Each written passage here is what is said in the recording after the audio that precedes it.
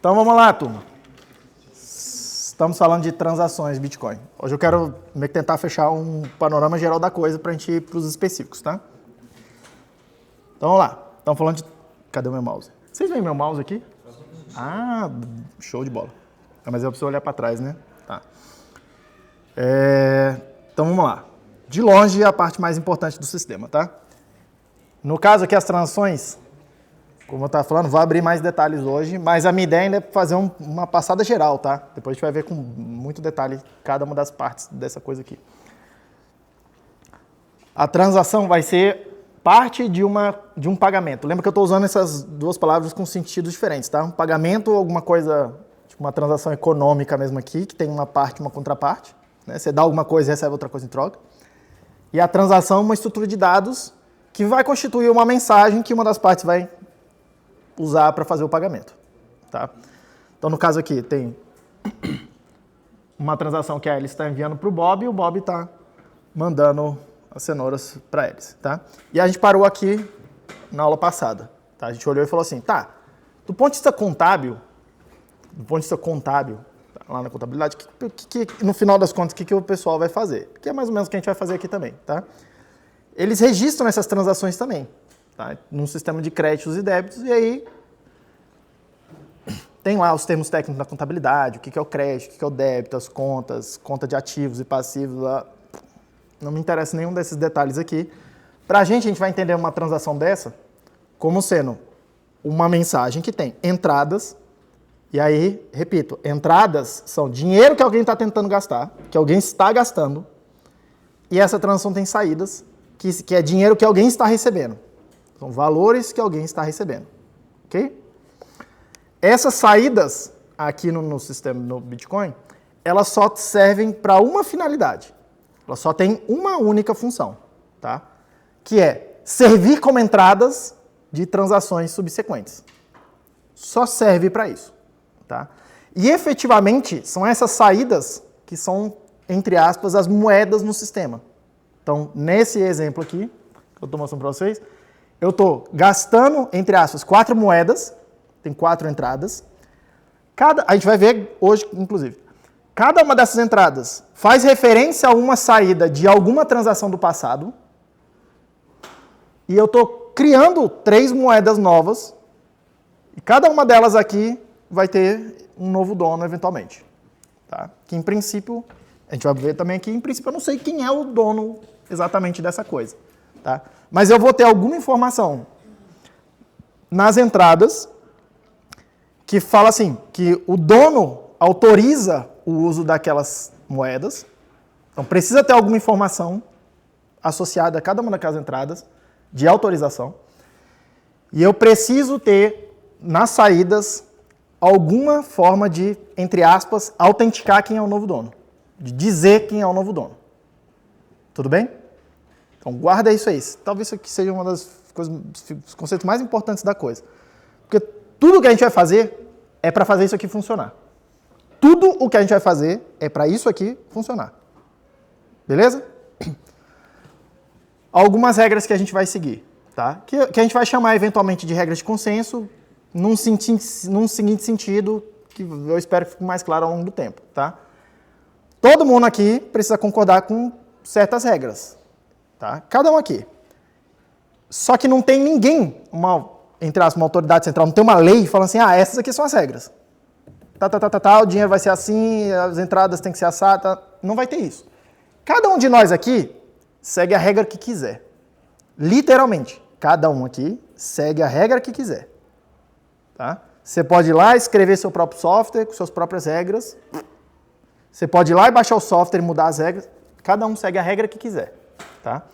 A questão é que vai ter algumas regras que fazem com que você não consiga, entre aspas, conversar com a rede. Chegar no mesmo entendimento de quem é o dono das moedas. De todas as moedas que estão ali. No final das contas, o que a gente quer chegar é num consenso sobre quem é o dono de todas as moedas que tem ali. Tudo bem? Se você mudar as determinadas regras, você vai chegar em uma conclusão diferente sobre quem é o dono daquelas coisas. E aí, efetivamente, é quase como se você tivesse se desconectado da rede. A gente vai ver sobre isso também um pouco mais para frente, tá? Já acho mais isso aí de splitting na rede. Ainda, tá? Que é um conceito, que é uma das coisas que tipo, inclusive já teve gente que perdeu dinheiro, inclusive recentemente, por conta de coisas básicas, tá? Outra regra de consenso que a gente vai concordar aqui é que a quantidade de dinheiro que está saindo da transação, se eu soma os valores ali das saídas, tem que ser menor ou igual ao valor que entrou. Por quê? Porque se for maior, o que está saindo for maior do que o que entrou, eu estou criando dinheiro, entre aspas, do zero, do nada. A gente vai concordar que a gente não vai fazer isso. Tudo bem? A gente vai colocar isso como uma das regras. Só que perceba, nesse exemplo mesmo, está entrando 0,55 e está saindo 0,50. Coisas. Tá? Unidades de Bitcoin. Tudo bem? Essa diferença aqui é completamente legal e permitida. Tá? A saída tem que ser menor, a quantidade tem que ser menor ou igual do que o que entrou. E para onde é que vai essa diferença? Essa diferença aqui, ela pode ser coletada, não é que ela será, ela pode ser coletada por uma outra parte, que não é nem eu, por enquanto aqui só tenho duas partes transacionando. Vai entrar uma terceira parte, tá? Que é o conceito da rede, etc. A gente vai ver isso, que vai prestar um serviço para a gente, que ainda não está aparecendo aqui. Tudo bem? O que eu gostaria que vocês reparassem aqui. O que é que não está escrito aí, Fred? O que não está escrito aí? Que te parece que poderia ser relevante nesse cenário de, eu estou gastando dinheiro, eu quero registrar um pagamento. É isso que a gente está tentando fazer, certo? Está escrito aí, de onde vem o dinheiro, para onde vai o dinheiro, as quantidades, né? Quanto que está vindo, quanto está saindo. Está, entre aspas, escrita a taxa. O que não tem aí? Ainda não, mas isso vai estar nas saídas. Ainda não está mostrando aqui, mas nas saídas vai ter, tá? Uma forma da gente dizer quem é o novo dono, e nas entradas vai ter, já vou mostrar, uma forma de autorização daquele dono para, de fato, poder gastar as moedas. Isso vai estar aí. Mas o que não está aí ainda? Hã? A taxa está aí, implícita. A gente vai ver o que acontece com essa taxa aí, um pouco para frente. A cenoura, que é o produto real que eu tô... Isso é uma coisa que nunca vai aparecer aqui, porque a gente só está olhando a parte financeira do pagamento e aqui, na maioria dos cenários, para a gente. Ou pelo menos um cenário, vamos chamar assim, de simples. Tem uma parte financeira, que é o que o sistema de pagamento está registrando, e não tem a parte que eu vou chamar de econômica, que é um bem físico, que é a contraparte, ou um serviço, alguma coisa, isso não fica registrado aqui. Tá? Não é que a gente não pudesse registrar isso aqui, mas isso não está aqui. Mas o que mais que não está aí? Não. O que não está? Eu tinha pensado nessa questão de, tipo, se a pessoa tem esse dinheiro ou não para gastar. Isso é uma coisa que vai, de alguma forma, vai ser resolvido com os dados que a gente vai colocar aí. A data e a hora que isso aí está acontecendo. Reparem que não tem escrito quando que isso está acontecendo. Está todo mundo vendo, né? Mas o tempo é importante, não é? Uma coisa acontecer hoje é diferente de uma coisa que acontece amanhã e é diferente de uma coisa que aconteceu no passado. Repare que não está escrito aí o tempo. E isso vai ser uma questão que a gente vai precisar resolver. Tudo bem? Isso vai ser uma questão que a gente vai resolver. E quem vai resolver essa questão para a gente vai ser uma, entre aspas, tá? Uma certa entidade, que pode ser a própria Alice ou Bob ali, tá? Mas a gente vai separar os papéis, esse papel, de registrar o tempo. O tempo vai ser uma questão crucial aqui para a gente. Tudo bem? E aí, já vou adiantar, o tempo não vai ficar escrito aqui, o tempo vai ficar escrito em outro lugar, e esse outro lugar a gente vai chamar de blockchain. E é para isso que a gente vai ter essa tal de blockchain. Essa é a principal função dela. Organizar as coisas no tempo. Tudo bem? Todo mundo ok? Parece meio estranho de fazer isso, mas eu espero que faça sentido em algum momento para vocês, tá? Mas vamos lá, seguindo aqui. Vamos acompanhar um certo pagamento aqui, porque isso é uma questão importante. Tem algumas consequências sobre essa forma que a gente vai registrar as coisas, tá? Eu vou usar esse cenário aqui para explicar um conceito que precisa estar muito claro para vocês, não vão fazer besteira, tá? Isso, hoje em dia, já é tratado de forma meio que automática. Quando você está lá usando, você abaixa o aplicativo da carteira e tal, ela meio que vai resolver essa questão que eu vou explicar aqui agora. Só que na hora que você está implementando alguma coisa, um protocolo novo ou alguma coisa nova, isso aí, você precisa se preocupar com algumas coisas que são relativamente básicas e essenciais, tá? Não só de segurança, mas de como é que essas coisas funcionam. Presta atenção aqui. Imagina que eu estou nesse cenário aqui. A hélice está tentando fazer o pagamento lá de 0015 para o Bob em troca das cenouras. E ela está tentando gastar uma moeda de 0,1 Bitcoin que ela recebeu de alguém no passado. Do ninja ali no passado. Tá? Para eu gastar dinheiro, eu preciso receber o dinheiro primeiro. Tudo bem? Perceba que a moeda que ela recebeu lá de 0,1 é a saída de uma transação, que é aquela, entre as moedas ali, estou mostrando um papelzinho, é de 0,1. Então, em algum lugar tem uma transação que esse ninja produziu, assinou, validou, a porra toda que vai acontecer aí, que de alguma forma transferiu 0,1, uma saída de valor exato 0,1, e a hélice controla essa saída de alguma forma. A gente vai ver ao longo do tempo o que significa esse controle, tá? E a hélice está tentando pagar 0,015, que é menos do que 0,1. Tudo bem? Qual que é a questão? Qual que é a questão aqui? A hélice, na hora que ela for gastar esse 0,1, é a saída de uma transação, ela vai criar uma outra transação, vai se referenciar àquele 0,1 numa entrada e vai criar uma saída de 0,015 para pagar o Bob. Qual é a questão? Ela só pode usar esse 0,1 uma vez. Exatamente uma vez. Isso quer dizer que se ela fizer exatamente esse cenário aqui, fizer uma transação que tem entrada de 0,1 e uma saída de 0,015, o que está acontecendo com a diferença? Não é quanto. É o que está acontecendo com a diferença. Não, do jeito que está aqui, o que está acontecendo com a diferença? Tem que ser o troco dela, mas o que é que está acontecendo? Ela está deixando na mesa para o tal minerador pegar. De novo, vou repetir para vocês, algumas questões estão bem sedimentadas. A diferença entre as entradas e as saídas, que a gente vai chamar isso de taxa. Essa taxa não me pertence. Eu estou deixando na mesa e indo embora. Alguém pode pegar. Você tem que se certificar que você pegou uma parte dela. Se eu quero deixar toda essa diferença aí, que é 0,0845, ou 0,085, se eu quero deixar tudo isso de gorjeta para quem prestar um serviço para a rede, que a gente vai ver que isso é um pagamento por um serviço. Se eu quero deixar isso como esse pagamento, eu deixo lá e tudo bem. Só que normalmente a gente não... Cara, quando você está fazendo um pagamento, você não quer deixar uma gorjeta grande, né?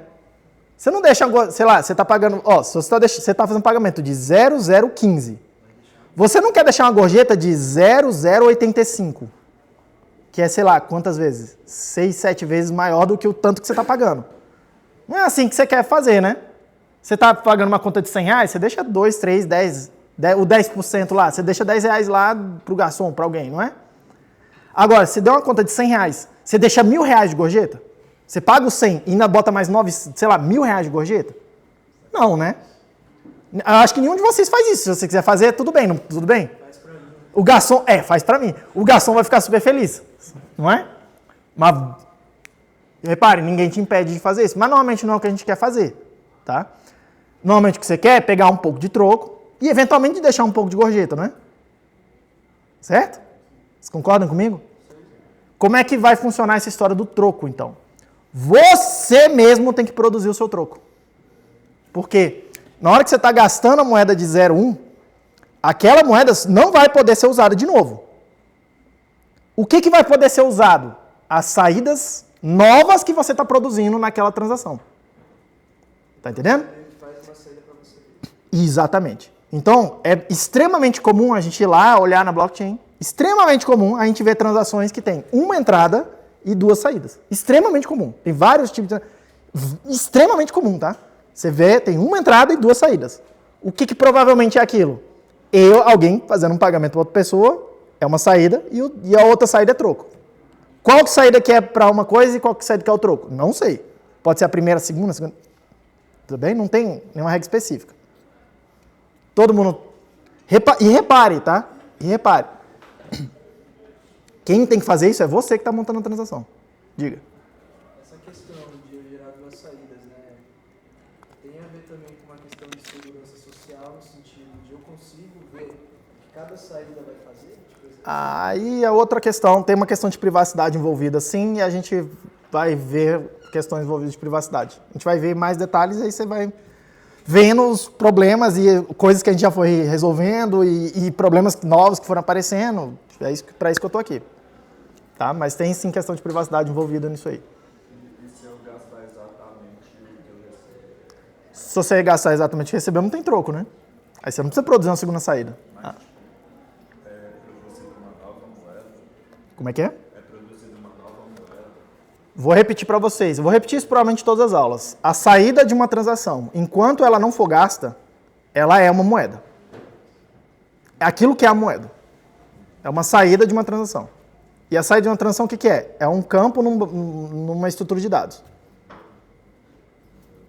Tudo bem? Repare. Cada saída de uma transação é uma moeda diferente, de valor diferente, e é uma pessoa diferente que é o dono.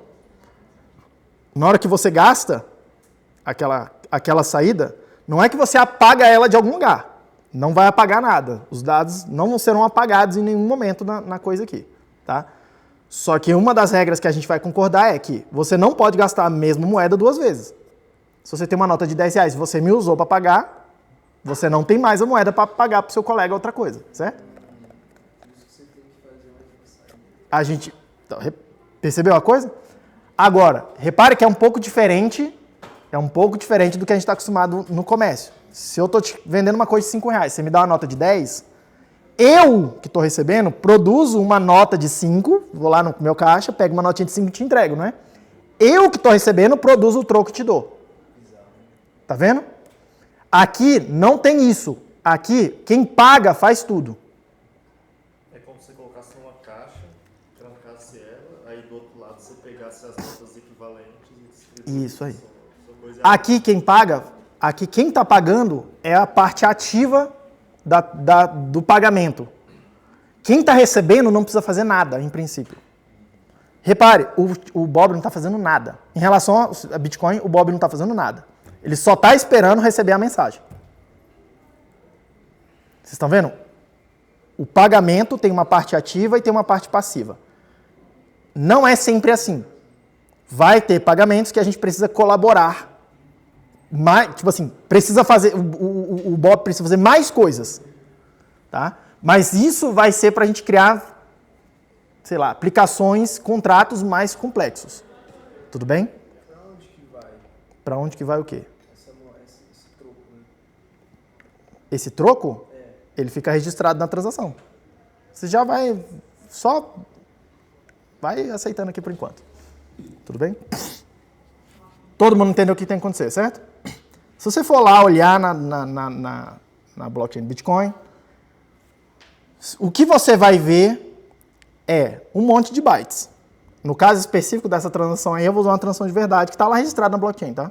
Tipo assim, eu vou até passar um link para vocês, vocês clicam lá e vê a coisa. Num Block Explorer, você consegue ver numa telinha bonitinha assim essas coisas, tá?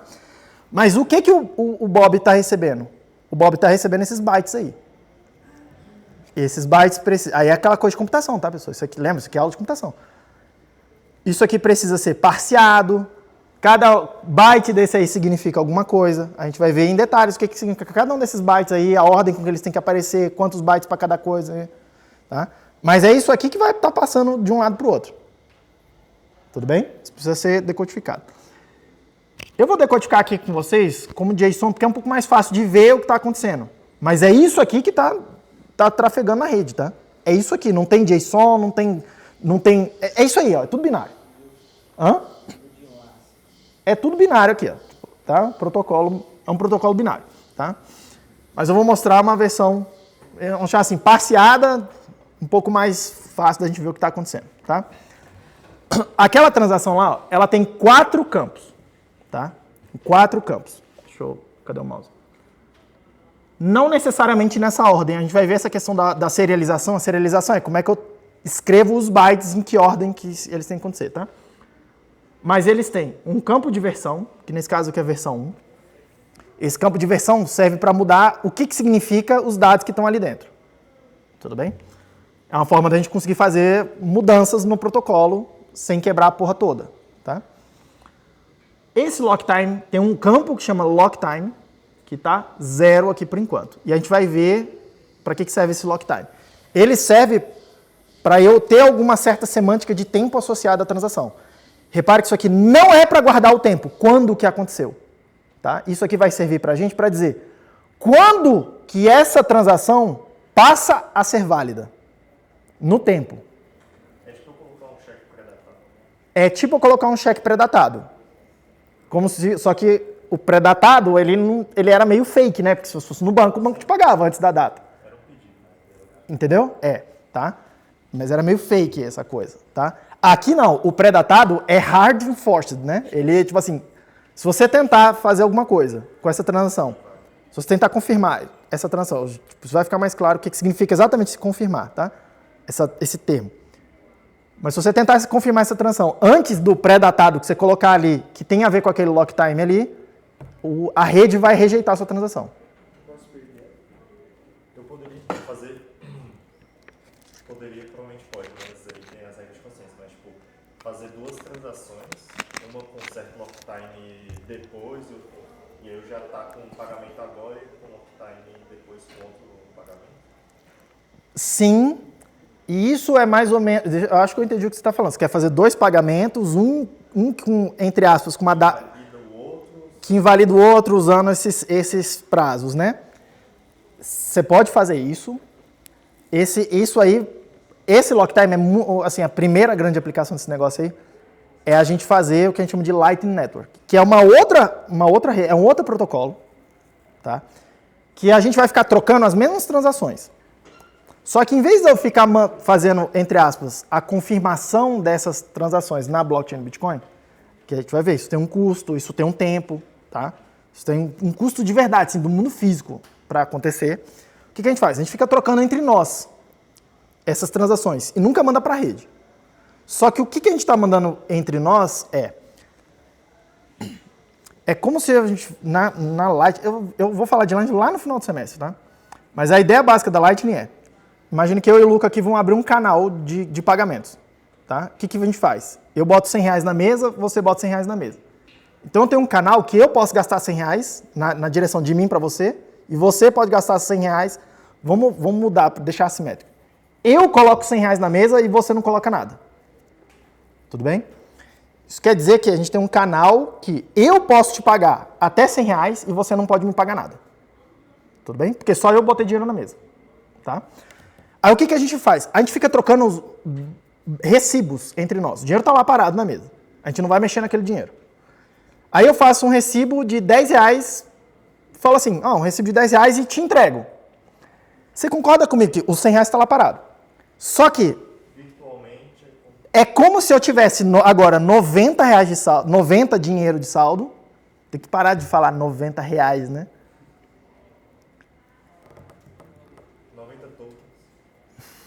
90 bitcoins. É porque isso também é um número tão grande, assim, absurdo. Mas enfim. Vai, segue com R$1 mesmo.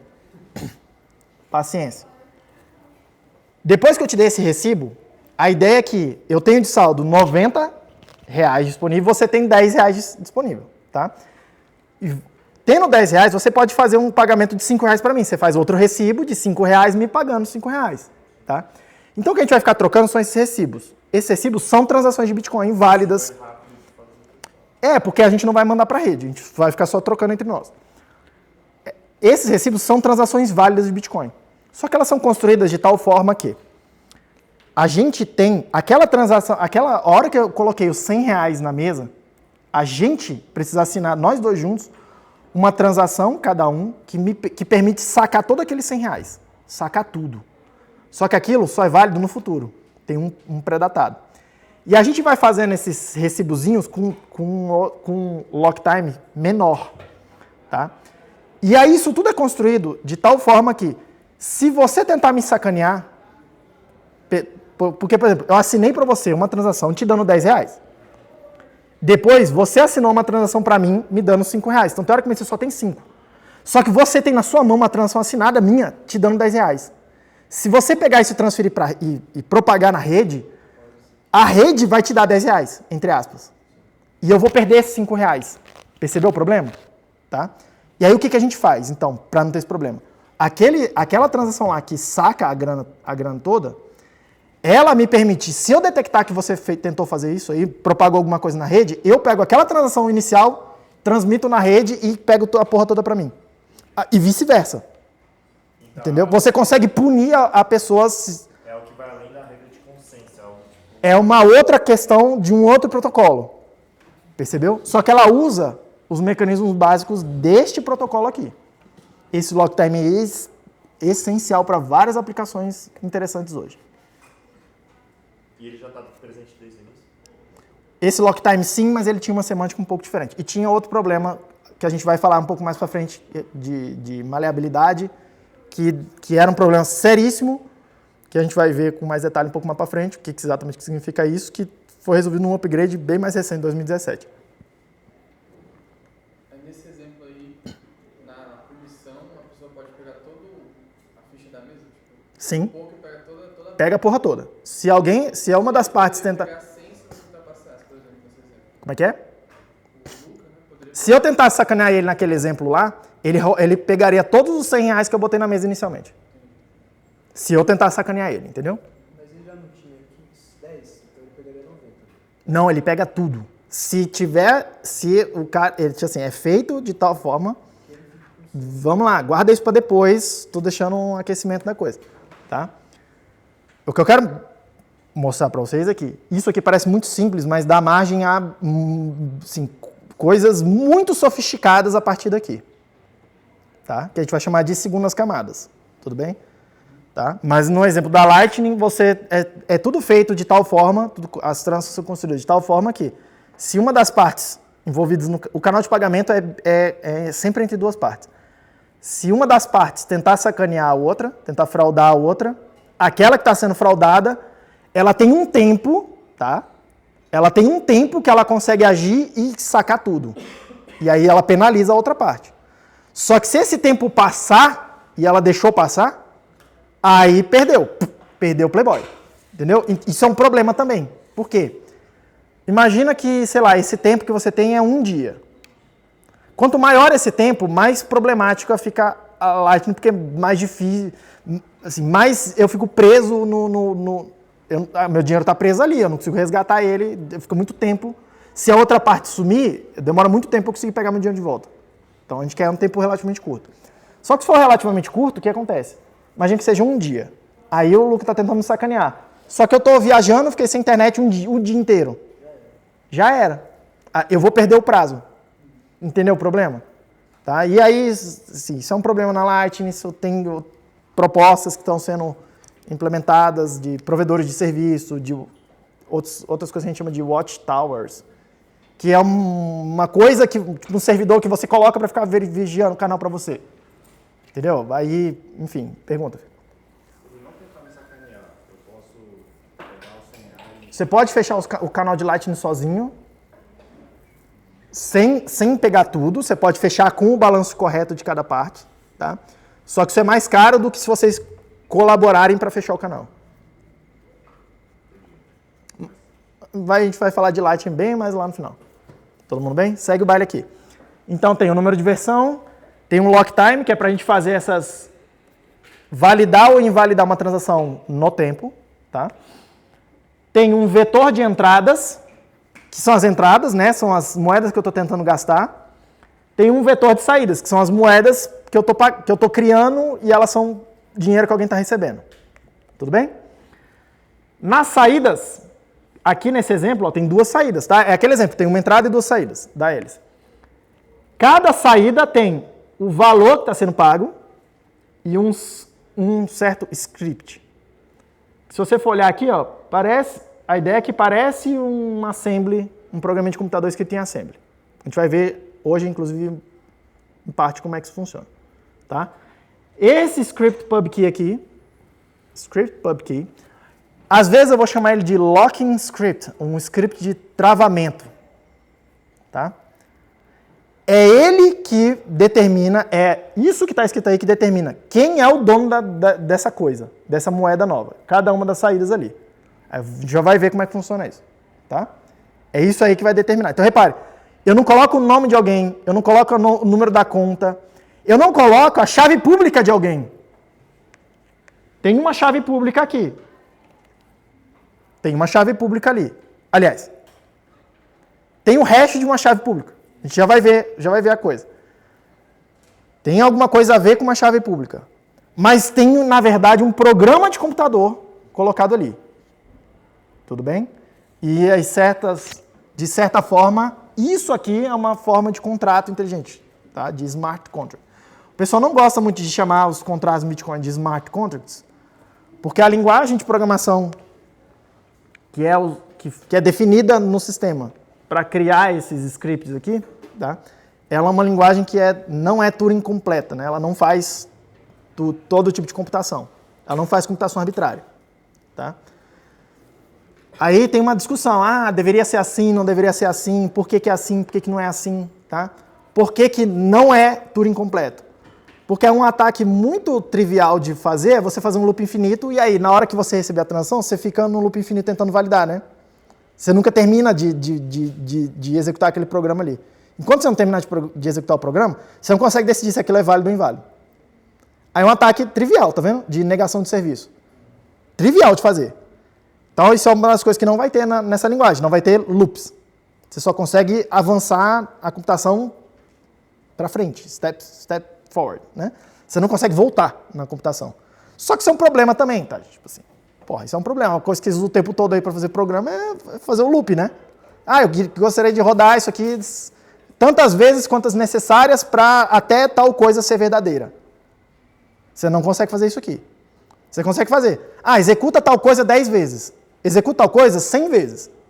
Mas você não consegue dizer. Executa tal coisa até essa condição aqui for verdadeira. Isso você não consegue fazer. Tudo bem? Seguindo. Nas entradas, o que tem? Repare que aqui só tem uma entrada. A entrada é mais complexa. Tá? Na entrada tem um campo que chama TXID, que é o identificador que me diz qual é a transação no passado, qual é a transação que criou a moeda que eu estou tentando gastar. Seria a saída? Não. Qual é a transação que criou uma saída que é o que eu estou tentando gastar, que é a moeda que eu estou tentando gastar. Desculpa interromper, mas aí também vai constar outras saídas que nem foram utilizadas. Isso aí, ó. A gente já vai olhar no Block Explorer. Nessa transação específica, pode ter trocentas saídas. Milhares, inclusive, de saídas. Tudo bem? Mas aqui eu estou fazendo referência a qual é a transação. Então dá para eu referir ainda nesse identificador. Calma, filho. Tudo bem? Você já pegou aqui? Se tem várias saídas, eu preciso dizer qual é a saída que eu estou tentando gastar. É esse campo vout aqui. Nesse caso aqui, eu estou tentando gastar a primeira, né, o índice 0, a primeira saída desta transação 79,57 A3, qualquer coisa aí. Tudo bem? É essa moeda específica que eu estou tentando gastar. Eu tenho um outro campo que eu chamo aqui de scriptsig, que também é um programa de computador, tá? Aqui não parece, mas é um programa de computador também. No caso, aqui é um programa de computador que tem duas constantes só. A gente já vai executar esses programas aqui, para vocês terem uma noção de como é que funciona. Tá? Ele traduz os bits em um arquivo e aí gera o programa executável? Algo assim? Não, ele vai executar isso aí. Isso aí já está escrito no binário que tem que ser executado. Tá? No linguagem de máquina, entre aspas. E tem um número aqui que a gente chama de sequence, que tem vários... No início, ele servia, ou pelo menos o Satoshi colocou esse campo aí de sequência, para fazer o que ele chamava de high frequency trading, né? Tipo, transações de alta frequência, que é o que a Lightning está tentando fazer hoje. Tá? O problema é que tinha várias vulnerabilidades aí que não, tipo, que sempre quebrava essa coisa em algum lugar e aí alguém podia roubar os fundos. Sempre tinha algum problema, tá?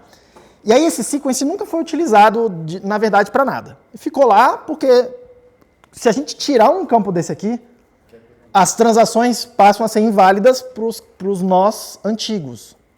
Então a gente largou lá e ficou lá, tá? É um negócio, tipo, essa sintaxe aí que eu estou mostrando para vocês é parte do consenso, tá? Só que aí ao longo do tempo a gente foi olhando e falando, porra, tem um lugar ali para a gente escrever dados, né? Será que a gente não pode usar esses dados para outra coisa? E aí hoje a gente usa esses dados para pelo menos duas coisas diferentes, tá? Uma delas é para a gente validar, para a gente fazer essa coisa do lock time, só que para entradas específicas. Para poder falar assim, tipo, isso aqui, essa entrada vale a partir de tal momento, aquela vale a partir de tal outro momento. Tal. E aí tem alguns usos para isso. A gente não vai ficar entrando muito em detalhe no sequence, nessa coisa do sequence especificamente, tá? Mas eu vou comentar uma outra e em algum momento vai aparecer de novo, que é as taxas que eu pago aqui, lembra que a taxa é a diferença entre o que eu estou saindo e o que está entrando de valores, tá? Eu que estou pagando, que escolho quanto que eu quero deixar de taxa, inclusive 0. Só que o que vai acontecer? A gente vai ver isso também em mais detalhe. A blockchain, ela tem um limite de quantos dados eu consigo escrever em cada bloco de cada vez.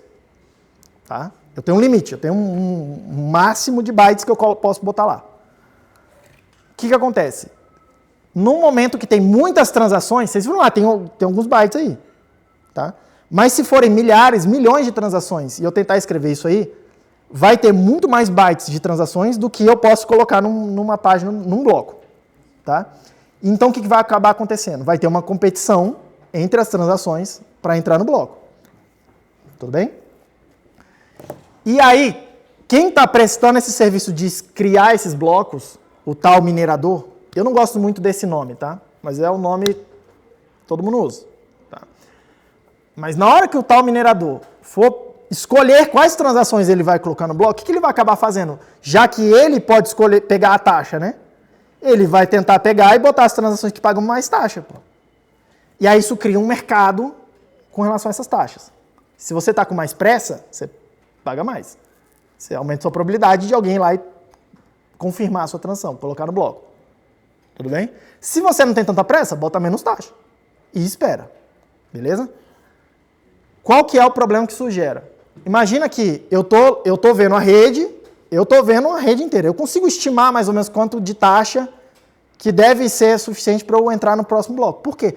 Porque eu sei mais ou menos quais são as transações que estão lá esperando para entrar. O seu nó sabe mais ou menos, não sabe exatamente todos, mas sabe mais ou menos o estado dessas transações não confirmadas. Que a gente vai chamar isso de mempool, pool de memória. Tá? Então, mempool é onde estão as transações que ainda precisam entrar nos blocos, mas que elas já foram propagadas na rede.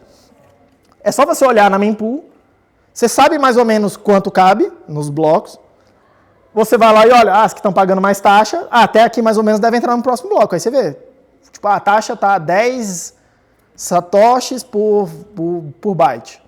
Se você está com muita pressa, você calcula 15 satoshis por byte, multiplica pelo tamanho da sua transação e bota aquilo de taxa. Se você não está com tanta pressa, bota menos. Só que o que pode acontecer? Você foi lá e calculou, sei lá, imagina que seu chute era 10 satoshis por byte. Tá? 10 satoshis por byte. Aí você calculou, tal, botou uma taxa lá, que dá mais ou menos 10 satoshis por byte. E aí, de repente, começou a ter mais congestionamento na rede. E aí essa taxa, para entrar nos blocos, passou a ser 50 satoshis por byte. Porque tem um monte de gente que agora está mais urgência para entrar na transação. O que vai acontecer com a sua? Vai ficar lá parado muito tempo. Fila, exatamente. Inclusive, pode chegar numa situação que é mais ou menos o que a gente está acontecendo hoje, que tem transações não confirmadas de anos atrás, que estão lá esperando até hoje. Tá? Anos atrás. Pode acontecer. O que seria bem legal? Seria bem legal que se eu pudesse refazer a transação e aumentar a taxa, se isso me interessar. Tudo bem? A gente vai chamar isso aí de replace by fee, que é, eu quero trocar a taxa que eu estou pagando. Tá? A gente pode fazer isso, a gente faz isso mexendo criando uma nova transação, tá? E mexendo nesse campo de sequência. A gente vai ver isso, como é que funciona. Pergunta aqui, filho, depois ali. Sobre a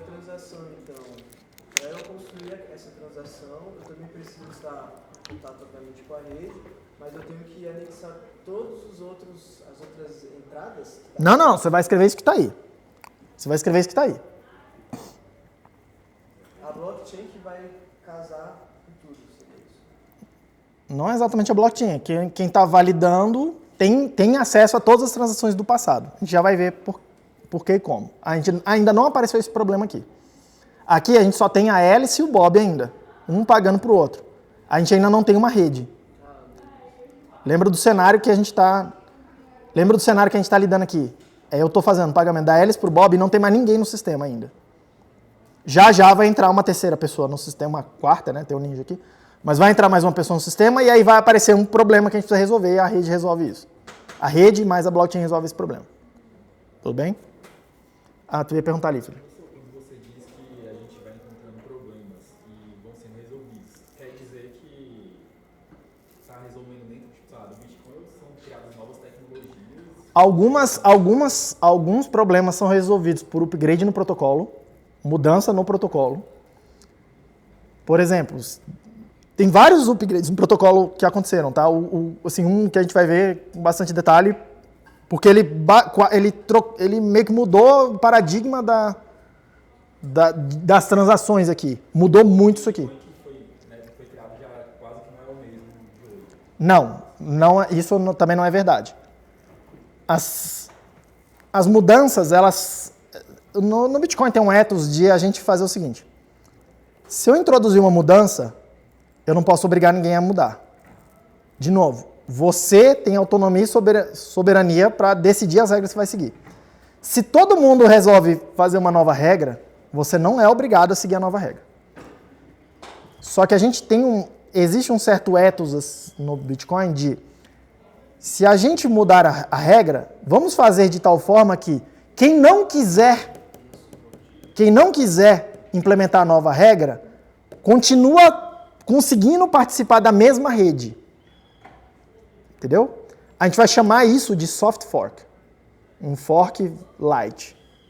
Que é uma mudança que mantém compatibilidade com o passado. Ao contrário em contraste com um hard fork, um fork duro. O fork duro é uma mudança de regra que expulsa, entre aspas, os participantes que não fizeram upgrade. E já aconteceram vários hard forks no Bitcoin. O mais relevante deles é o fork do Bitcoin Cash. Tinha o Bitcoin. Não me lembro exatamente o ano, mas foi por volta de 2015, 2016. Tinha uma discussão muito intensa de vamos aumentar o tamanho do bloco. De 1 megabyte para mais. Tá? Por quê? Porque queremos botar mais transações. Cara, basicamente, todo mundo, entre aspas, todo mundo queria. Todo mundo, assim, de peso. Os desenvolvedores queriam. Os mineradores queriam. A mineração é uma indústria hoje. Já era na época, tá? É uma coisa muito específica hoje em dia, assim. Quando eu digo uma indústria, com galpão, um monte de funcionário, é uma indústria mesmo. Os desenvolvedores do protocolo queriam fazer essa mudança, hard fork. Os mineradores queriam. Basicamente, todo mundo queria, exceto as pessoas que rodavam os nodes, os nós, as pessoas, entre aspas, comuns, tá? Que são a maioria no sistema. E aí, o que acabou acontecendo? Foi feito esse hard fork, a maioria da rede não migrou para o hard fork, não migrou para as novas regras, efetivamente se criou, efetivamente criou duas redes novas, duas moedas diferentes, tá? Uma que é o Bitcoin que a gente conhece hoje, que manteve o histórico, outra que a gente chama hoje de Bitcoin Cash, que tem aí até hoje, tá? Não só isso, como as duas tinham uma blockchain comum até algum momento, todo mundo que tinha fundos naquela blockchain passou a ter moedas nos dois sistemas. Tem duas blockchains com uma parte do histórico igual. Tudo bem? Então, se você tinha dinheiro, moedas registradas lá naquela blockchain, até o momento do fork, você passou a ter as mesmas moedas nos dois forks. E aí, o que aconteceu? Com o tempo, o pessoal foi vendendo Bitcoin Cash e foi comprando Bitcoin de volta. Tá? Teve uma galera que se deu muito bem, porque já tinha o Bitcoin, aí, entre aspas, ganhou o Bitcoin Cash, vendeu a porra toda e comprou mais Bitcoin. Tá? Aí, se você for olhar lá, Bitcoin Cash é um projeto ruim? Sei lá, vai lá e olha. Mas esse é o histórico da coisa. E assim como esse, tiveram outros forks, tá? Outros hard forks. Mas, enfim, a rede Bitcoin, como a gente conhece, permanece essa linha de... Permanece essa mesma blockchain há 15 anos. E eu espero que siga dessa mesma forma. Cada vez mais a gente foi internalizando essa coisa de, entre aspas, não fazer hard fork. Aí você me pergunta assim, pô, professor, mas isso aí pode ser muito limitante, né? É muito limitante, cara. É muito difícil fazer um upgrade sem quebrar a porra toda. É muito difícil, tá? Não é simples. A gente vai falar também um pouco de como é que foram alguns upgrades, porque a gente também está aprendendo como fazer isso. Beleza? Professor, nunca vai ter hard fork no Bitcoin? Eu acho que vai ter hard fork no Bitcoin necessariamente. Necessariamente vai acontecer em algum momento. Eu acho que vai ser muito no futuro, mas vai ter, que vai ter, tá? Duas coisas, uma é relativamente trivial e a outra não é tão trivial. A gente vai ver aqui que, já, precisa colocar a informação de tempo, quando que as coisas estão acontecendo em algum lugar. Um timestamp. Isso vai ficar nos blocos que estão na blockchain. Vai ter um timestamp lá. Esse timestamp a gente vai ver, ele tem 32 bits. 32 bits. E o 0 significa 1º de janeiro, a 0 hora, 0 minutos, 0 segundos do dia 1º de janeiro de 1970. Que a gente chama de Unix Time, né? Enfim. E aí tem 32 bits. O que acontece? 32 bits, eu posso, para contar o número de segundos a partir desse momento aí. Tem uma hora que vai acabar o tanto que eu consigo guardar de segundos depois dessa data. E aí vai ter uma hora que a gente vai precisar aumentar esse campo aí. Só que aumentar esse campo é necessariamente fazer um hard fork. Necessariamente, a gente vai ver aqui. Por quê? Porque muda a sintaxe dos blocos, que também é regra de consenso. Entendeu o problema?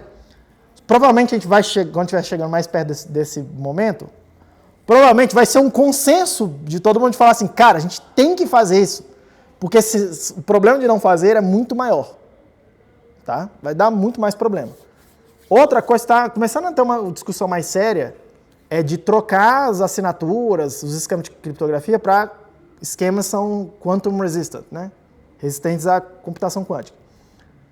Só que isso aí eu acho que está muito mais longe do que o pessoal imagina, assim, mas tem discussões sérias e muito provavelmente vai ser um hard fork. Não sabemos, tá? Enfim, seguindo o baile aqui. Seguindo o baile. Falamos do Vout, falamos do VIN. Isso aí é uma transação, tá? Por partes. Eu vou executar esse script aqui para vocês entenderem uma coisa, mas uma coisa é, isso aqui é uma transação muito específica com um programa, um contrato muito específico. A gente vai ver outros contratos, outros scripts, outros programas que a gente vai embutir nisso aqui, mas o que eu mais gostaria de vocês é que vocês percebessem que tem 2 programas de computador que você coloca o que você quiser lá.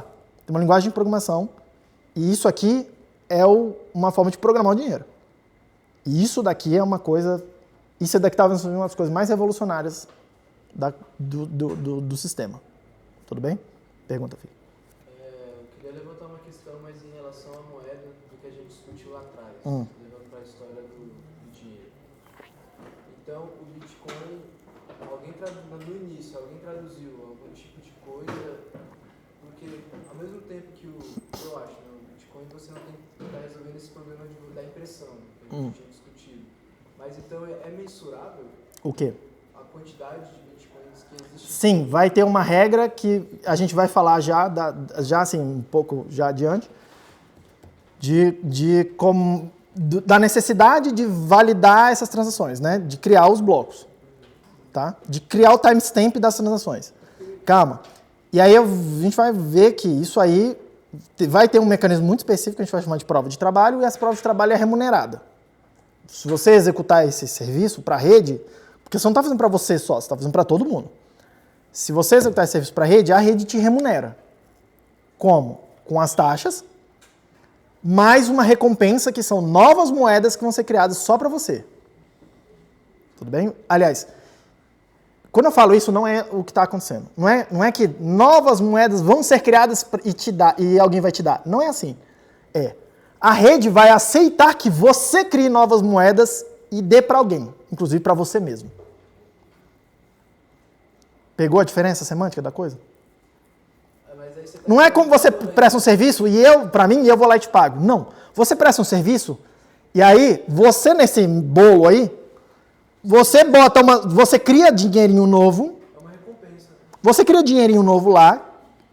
Como é que é feito isso? Você vai criar uma transação como essa aqui, que é uma transação especial, mas é uma transação como essa aqui. Tem entradas, tem saídas. Nas entradas, não tem nenhuma referência a moedas do passado, como aqui é obrigatório. E vai ter saídas. Ponto. E aí a rede toda, se você realizar isso de maneira válida, a rede toda vai concordar que essa transação é válida. E aí você efetivamente criou moeda nova. Mas a criação de moeda nova não é para isso que serve a mineração, não é para criar moeda nova. A mineração vai servir para a gente ordenar as transações no tempo. Só que isso não é um trabalho de graça. Tudo bem? Então é meio que um negócio... É um pagamento por um serviço. O que é um misunderstanding monstruoso. Por isso que eu não gosto desse nome mineração. Porque não tem nada de mineração. Porque mineração fica parecendo que você está lá te escavando a terra caçando ouro. E aí o ouro surgiu do nada. Não é? O ouro surgiu do nada. Ah, estava ali. Deus me deu a sorte e eu achei o ouro. Não é assim. Mineração não é isso aqui em Bitcoin. A mineração é você presta um serviço.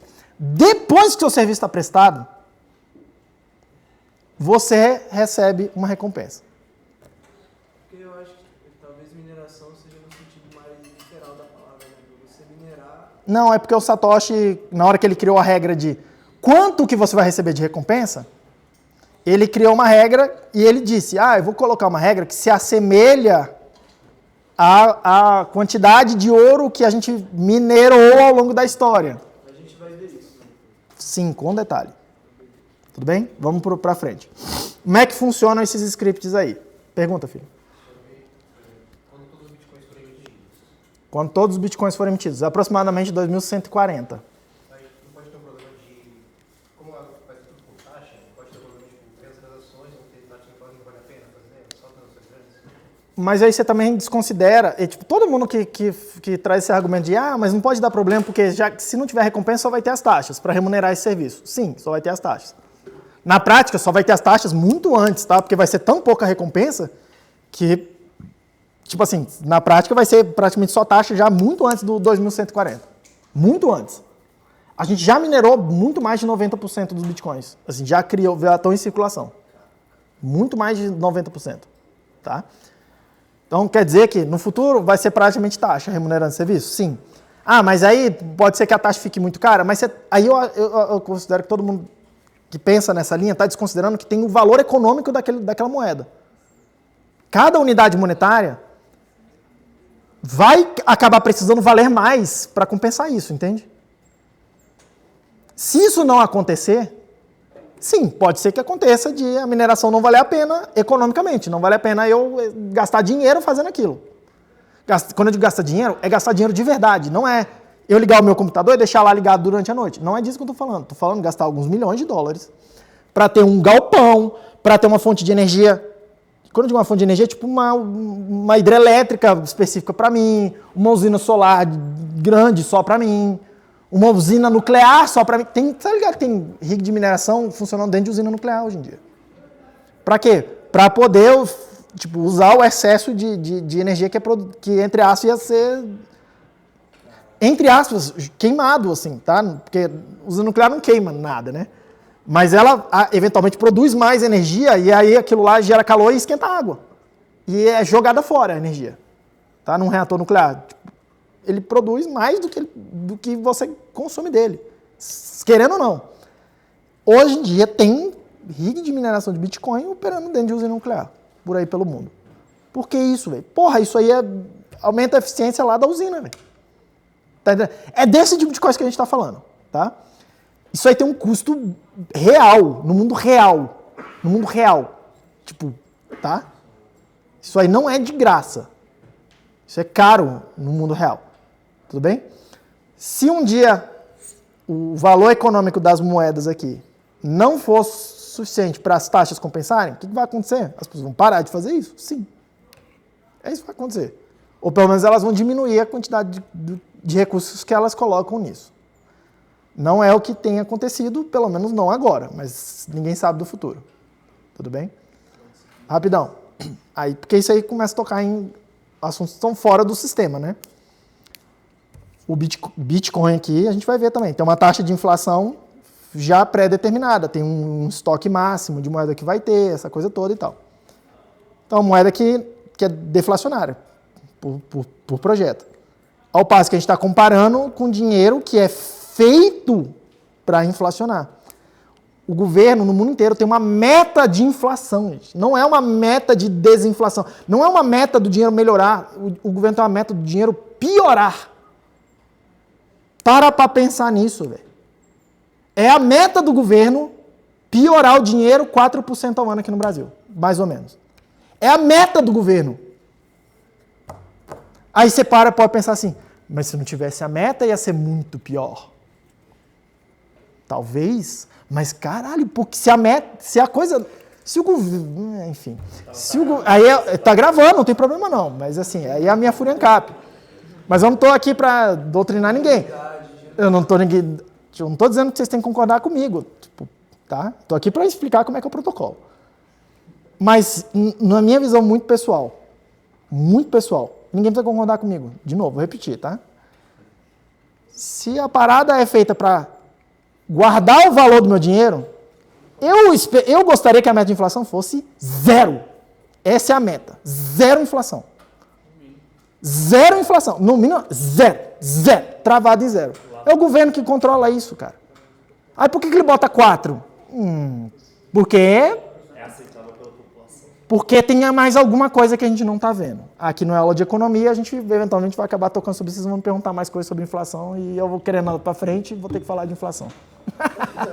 Fala. Que país que minera em usina? Que minera o quê? Minera em usina nuclear. Cara, eu vi um projeto nos Estados Unidos, rodando uma usina nuclear pequena lá. Privado? Esporte privado? Um camarada, uma empresa, faz uma usina nuclear aqui na minera. Aqui no Brasil? Não, mas quem vai ser o governo? Que tá por trás. Não, vamos por partes. Essa história de... Lá nos Estados Unidos, essa coisa de exploração de energia nuclear é uma atividade privada como outra qualquer. Aqui no Brasil, por força constitucional, é monopólio do governo. Só o governo pode explorar. Então, você não pode fazer uma usina nuclear, enfim, aqui no Brasil. Você, pessoa física. O governo precisa...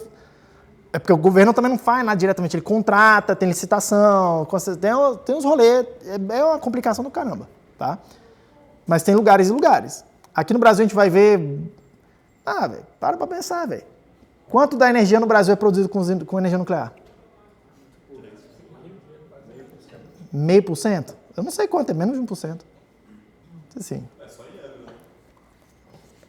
Olha o tamanho do Brasil, velho. Tá? Enfim, aqui não é um problema tão grande, porque a gente tem um potencial hidráulico, energia hidráulica é uma parada boa. Tá? Tem todas aquelas coisas, renovável, não sei o quê, tem outros problemas. Mas não é também que a gente, como se a gente tivesse tão mal assim. Eu acho que a gente nunca vai ter energia nuclear séria aqui no Brasil, porque a gente tem outras formas de energia em abundância e a gente vai se virando com isso.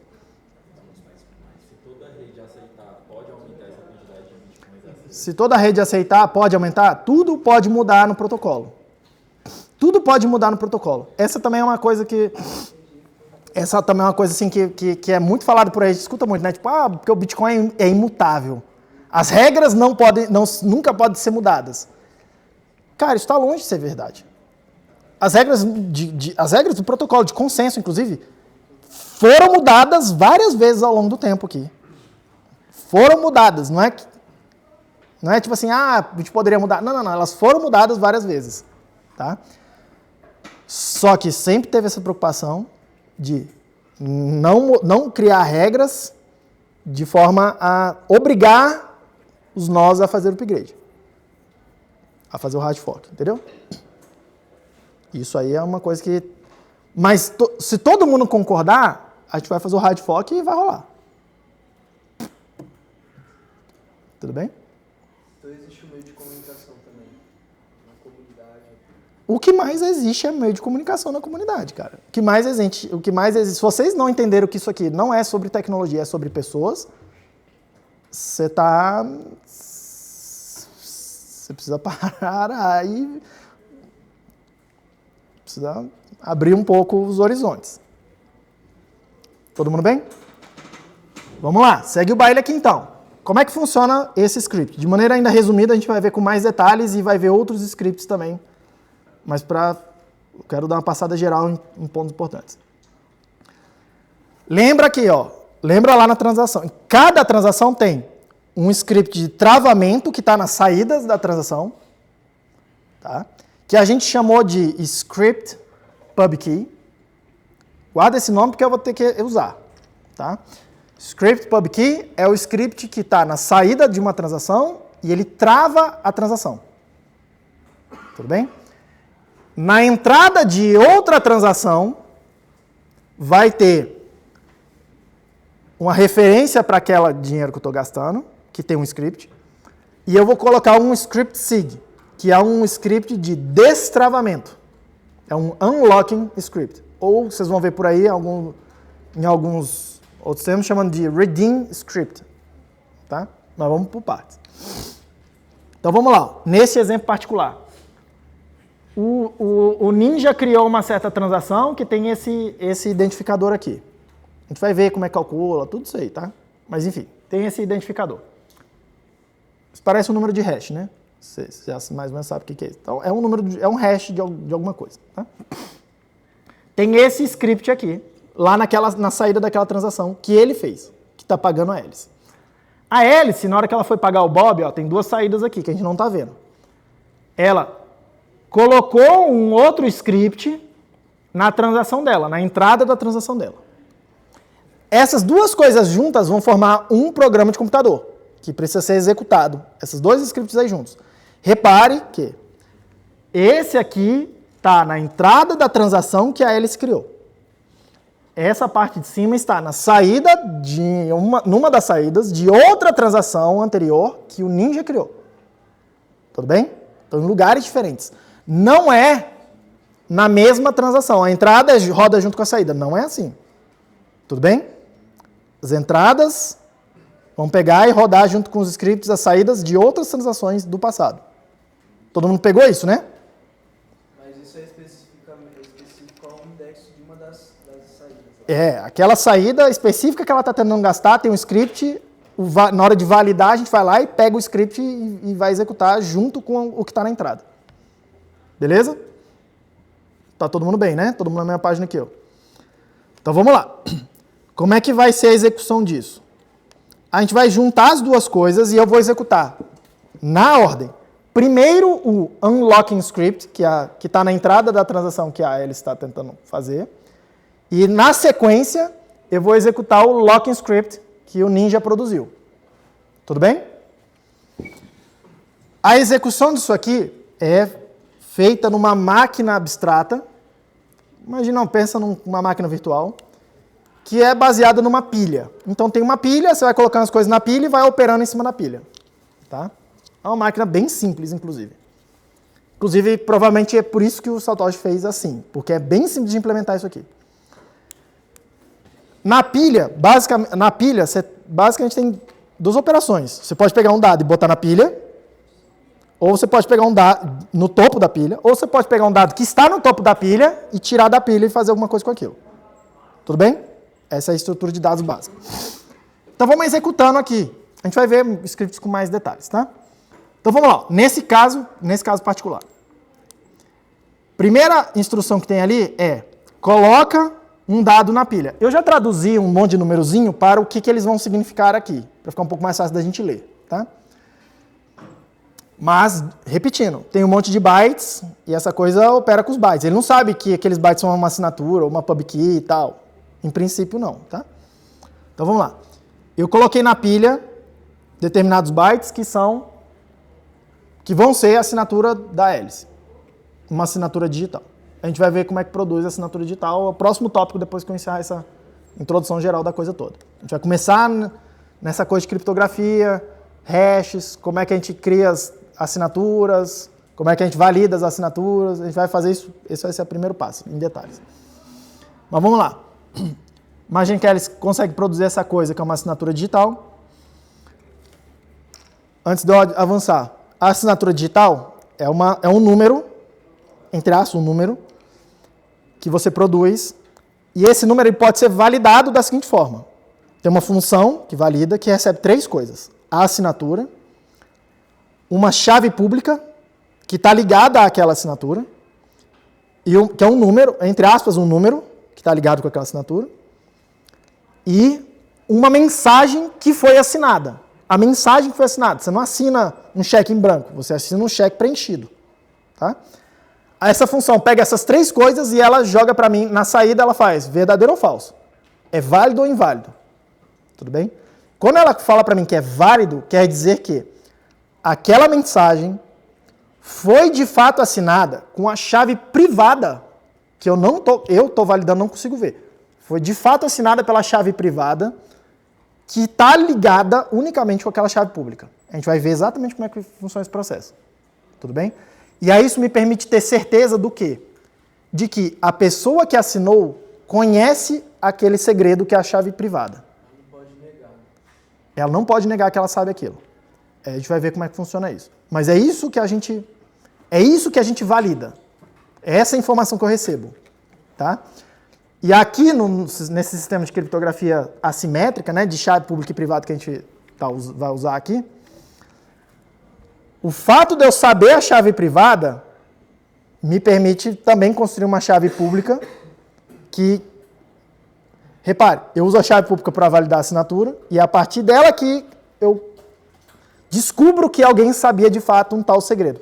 E é esse segredo que te identifica na rede. Ele é a sua identificação única. Tudo bem? Essa tal chave privada. Tranquilo? A assinatura é uma forma de a gente conseguir descobrir se você sabe uma chave privada específica sem me mostrar a chave. Todo mundo bem? E a gente vai ver em detalhe como é que funciona isso. Não em detalhe de um curso de criptografia, que eu recomendo que vocês façam, tá? Com prova de segurança. Não, a gente não vai fazer isso. Mas a gente vai ver com detalhe. Vamos lá. Próxima instrução que tem ali é: coloca na pilha 65 bytes que aqui no meu exemplo correspondem à chave pública da hélice. Tudo bem? Vocês vão ficar craque em script, eu espero. Até porque é um dos meus assuntos preferidos do sistema inteiro. Aí, presta atenção.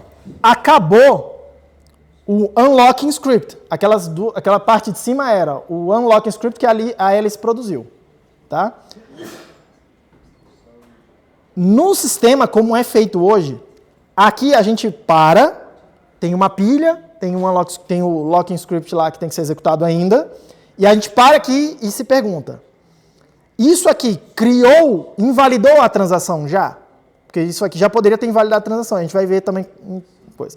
Se aqui ainda não invalidou a transação, a gente transfere essa pilha para uma outra pilha, tem um detalhe técnico lá, tá? E aí continua a execução. Tudo bem? Mas segue o baile aqui. A próxima instrução é duplicar o que está no topo da pilha. Então, eu vou duplicar o que está no topo da pilha. A próxima instrução é calcular um hash de 160 bits do que está no topo da pilha. Calculei um hash de 160 bits do que está no topo da pilha. Tudo bem? Tirei do topo da pilha, calculei, coloquei o resultado no topo da pilha. Todo mundo está me acompanhando, certo? Tá. A próxima instrução que tem ali é: coloca na pilha 20 bytes, 20 bytes são 160 bits. 20 bytes que correspondem ao hash da chave pública da hélice. Coloquei no topo da pilha. A próxima instrução é verificar se os dois elementos que estão no topo da pilha são iguais. Eu estou dizendo para vocês que é isso que cada um desses fazem, tá? Depois vocês vão ver com mais detalhe. Tem muitas instruções. Então eu vou pegar vou tirar 2 coisas da pilha e vou ver se elas são iguais. Todo mundo bem? Se elas forem diferentes, toda vez que tiver aqui, já vou dar uma dica logo. Toda vez que tiver alguma coisa assim, alguma coisa verify, Em geral, essas instruções elas não produzem dados novos, mas se alguma coisa acontecer, tipo, não for verdade, ela falha a execução. E aí, se a execução falhar, a gente vai dizer que aquela transação é inválida. Eu não posso gastar aquele dinheiro que eu estou tentando gastar. Beleza? Então aqui eu vou pegar as duas coisas que estão no topo da pilha e vou comparar se elas são iguais. Se elas forem iguais, eu continuo. Eu não produzi nada no topo da pilha, eu só tirei. Se elas forem diferentes, eu falhei e a transação é inválida. Beleza? Nesse caso aqui eu vou supor que elas são iguais e eu vou continuar. E aí tem uma última instrução que é o opchecksig, que é para checar uma assinatura digital. Ela espera que tenha no topo da pilha uma chave pública, embaixo dela uma assinatura, que precisa ser verificada, e como eu disse, verificar a assinatura precisa de 3 informações. A chave pública está lá na pilha. A assinatura está lá na pilha. A terceira informação é a mensagem que eu estou tentando validar com aquela assinatura. A mensagem, a gente vai ver como é que isso é construído. A mensagem tem a ver com a própria transação. Tudo bem? Que não está aqui na pilha, mas eu que estou validando, recebi a transação. Eu tenho essa informação comigo aqui, num contexto de fora. Tá? Para quem é mais de computação e tal, se liga nessas paradas, aqui acontece um efeito colateral, um side effect. Tipo um I/O. Tá? Por quê? Porque eu estou usando alguma informação para fazer algum processo que não está aqui na entrada da função, que está implícita num certo contexto. Tá? Por isso que não é uma parada pura e tal. Eu mostrei isso aqui para uma galera de programação funcional e os caras torce o nariz. Sacou? Porque tinha tudo para ser uma parada toda pura, fechadinha, sabe, na pilha e tal. Mas tem algumas instruções com efeito colateral, por exemplo, de checar a assinatura. Todo mundo bem? Eu vou supor que essa transação é válida, tá? Mas se ela for válida, aquela instrução vai produzir um valor 1. Se ela for inválida, ela produz 0 e vai botar na pilha. Tudo bem? A gente vai interpretar naquela coisa igual a interpretação de C. 0 é falso, tudo que não é 0 é verdadeiro. Terminei o meu programa. Se, quando eu terminar o meu programa, a pilha, o topo da pilha, não for falso, então o programa é válido. Repare que a pilha podia acabar vazia. Aí isso é inválido. Isso vai ser, eu vou considerar que aquilo é inválido. Aqui podia ter 1 em cima e mais dados embaixo.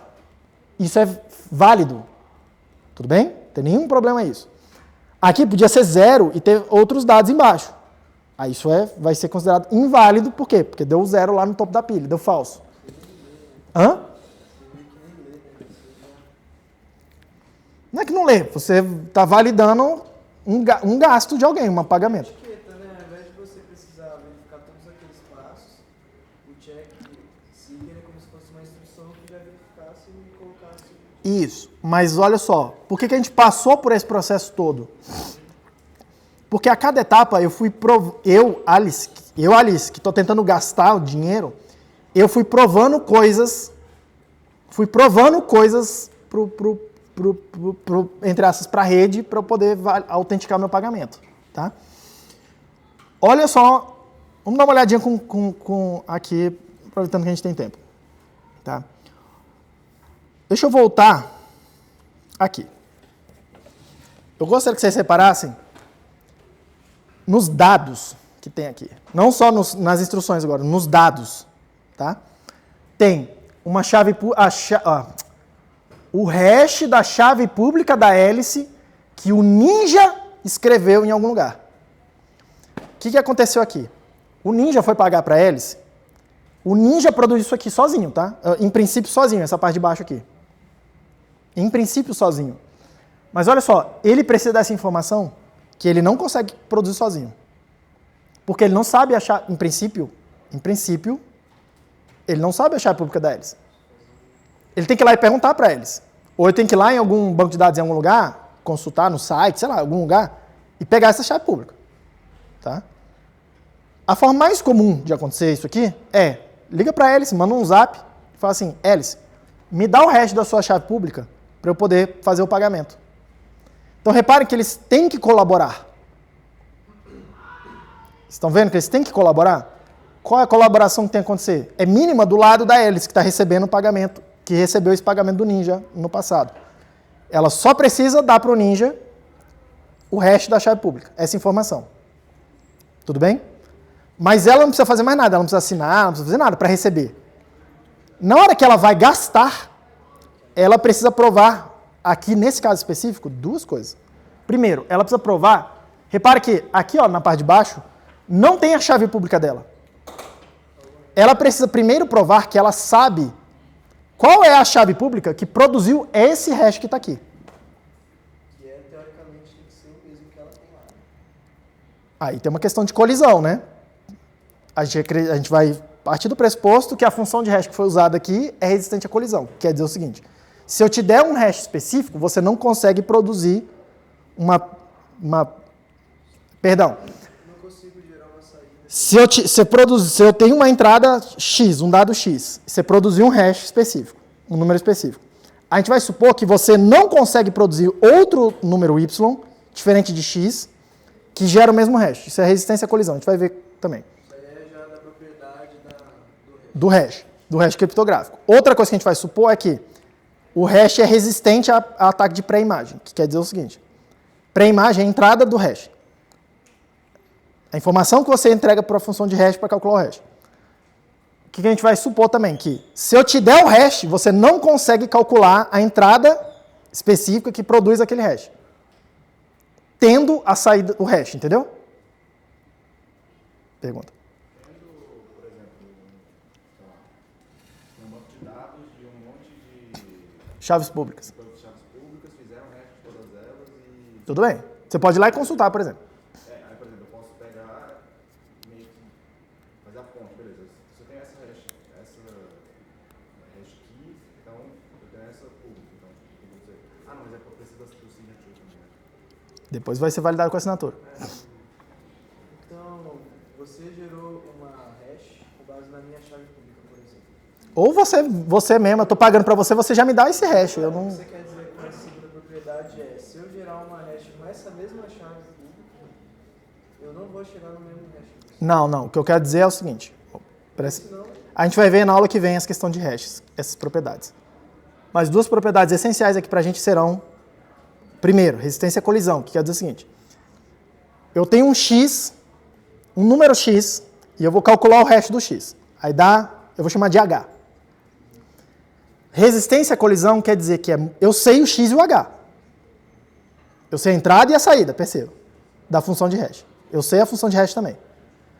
O que eu estou dizendo é, resistência à colisão significa que eu não consigo, que é difícil, aí a gente precisa definir melhor o que significa difícil, mas que é difícil eu produzir outro número Y, que quando eu colocar na função de hash, produz o mesmo H.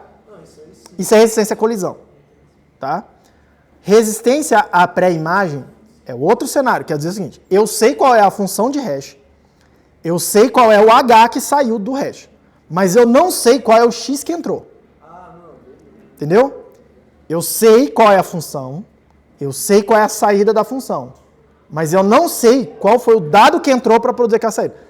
Resistência à pré-imagem quer dizer que, tendo essa informação, é difícil eu calcular qual é a entrada que foi usada. Nesse caso aqui, eu estou dizendo, se você só vê o hash da chave pública, você não só vendo o hash e sabendo qual que é o hash, é o resultado. você não consegue saber qual é a chave pública. Entendeu? Você estava falando do que você aplicou para gerar o hash. Isso. Aí presta atenção, porque é isso que está acontecendo aqui. De novo, o Ninja e mais ninguém na rede, em princípio, consegue saber qual é a chave pública que foi usada aqui para calcular esse hash. Eles só estão vendo o hash. E todo mundo sabe qual é a função e está todo mundo vendo a saída. Mas isso não me permite calcular qual foi a entrada que foi usada. Tá tudo bem? Então eu estou escondendo a chave pública aqui. Ó. Não só isso, eu estou escondendo a chave pública. Por que isso seria relevante? Porque eu poderia só botar a chave pública e checar direto a assinatura. Não precisaria passar por esse passo de fazer o hash. Por que a gente faz isso aqui? Isso aqui já foi, entre aspas, um upgrade. Não é exatamente um upgrade que mudou regras e tal, mas a gente passou a usar isso aqui. Não era assim que se faz as transações normais. Não. Que é o seguinte, se eu te dou a minha chave pública, eu só tenho uma chave pública, eu tenho uma chave privada e uma chave pública. Se eu tiver se eu te revelo a minha chave pública, vai estar registrado que eu estou recebendo dinheiro na minha chave pública.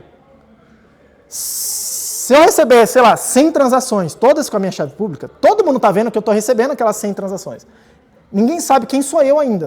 Todo mundo sabe. Aquela chave pública está recebendo aquele monte de transações ali.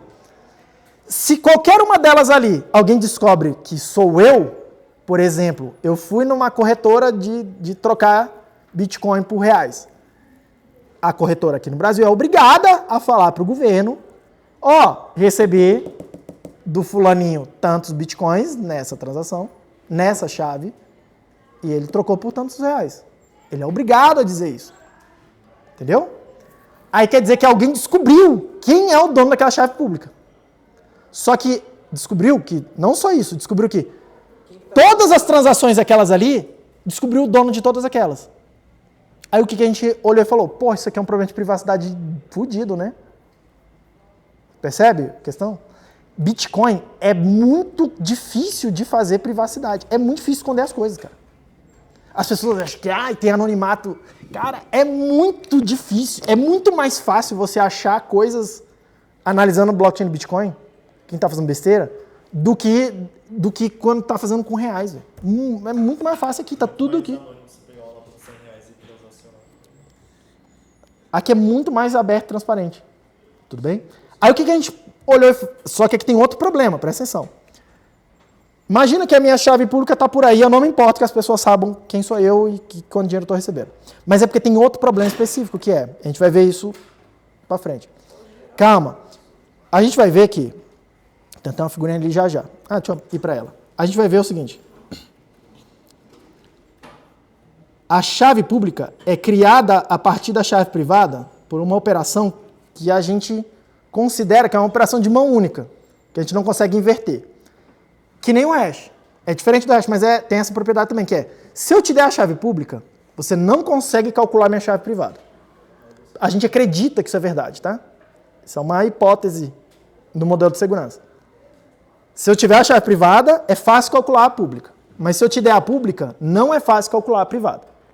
A gente acredita que não é que a gente acredita, a gente parte da hipótese que isso não pode acontecer, e isso é parte das hipóteses de segurança. Tudo bem? Só que, aí eu pergunto, vai que um dia alguém descobre como é que quebra essa função aqui. Dado uma chave pública, calcula a chave privada. Em princípio, é o que o tal computador quântico está fazendo, ou seria capaz de fazer. Tudo bem? Cuidado com o hype, tá? Está muito mais longe de fazer isso do que de fato é uma coisa preocupante. Claro que a gente precisa já estar atento, a gente já entendeu o que precisa acontecer, inclusive do ponto de vista de algoritmos, qual algoritmo, uma coisa toda, para fazer isso. Tá? Em tempo polinomial. A questão é, a gente não consegue implementar isso ainda.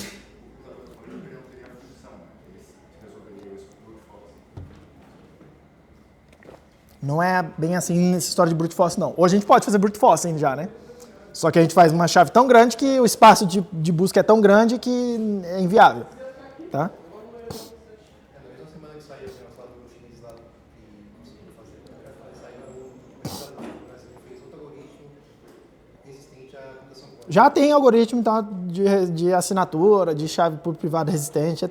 São coisas de gato e rato, tá? Mas vamos por partes. Suponha que algum dia alguém quebrou eu estou mostrando como. Quebrou essa parte aqui, ó. Vendo uma chave pública, consegue calcular a chave privada. Com a chave privada, eu consigo assinar as transações para gastar o dinheiro, tá? Efetivamente, o dono de alguma coisa é quem tem a chave privada e cria as assinaturas, como vocês viram ali, tá? Aí o que a gente está fazendo quando a gente bota a chave pública atrás de um hash? A gente está botando mais uma camada de segurança, por quê? Porque agora a pessoa não sabe qual é a minha chave pública. Ela primeiro precisa quebrar o hash, depois quebrar o logaritmo discreto que que é o link entre a chave pública e a privada. Ele precisa quebrar duas coisas difíceis. O hash e o link do logaritmo discreto ali. Não é redundância, é mais uma camada de proteção, de segurança criptográfica mesmo. Tá? E aí o que acontece? Ah, professor, mas na hora eu nunca vou revelar minha chave pública. Você precisa revelar, porque se a gente voltar aqui, ó, e é isso que eu estou tentando discutir. A hélice precisa mostrar a chave pública dela para gastar, nesse caso. Ela precisa revelar isso aqui, vocês estão vendo? Tá aqui, ó. Um dos dados que ela está tendo que mostrar é a chave pública. Só que, olha o pulo do gato aqui nesse caso particular. Na hora que ela mostra a chave pública, ela gastou a transação, ela já gastou a moeda, certo? Se ela já gastou a moeda, aquela moeda não pode ser gasta de novo, não tem como alguém me roubar. Eu só te mostro a informação sensível na hora que já é tarde demais para você me roubar. Se não tivesse a hash. Se não tiver o hash. Entendeu? Então, repare como dificulta quebrar esse aspecto da segurança. Tudo bem? Então, repare. O que a hélice precisa provar? Primeiro, que ela sabe a chave pública. Ela só tem uma forma de fazer isso, que é mostrando a chave pública, porque está atrás de um hash. Tá? Então, ela precisa mostrar a pré-imagem do hash. Diga.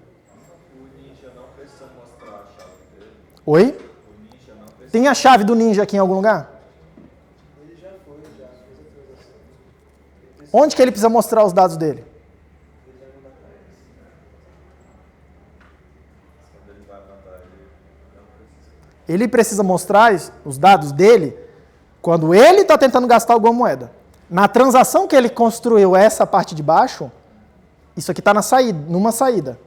Tem uma entrada, ou várias entradas que ele está tentando gastar. Ali nas entradas ele precisa mostrar alguma informação. Entre aspas, pessoal dele, que é a autenticação. Repare, é isso que eu quero que vocês percebam, antes da gente entrar nos detalhes. Isso já, em princípio, já é detalhes, né? Mas ainda são detalhes gerais, né? Coisas gerais.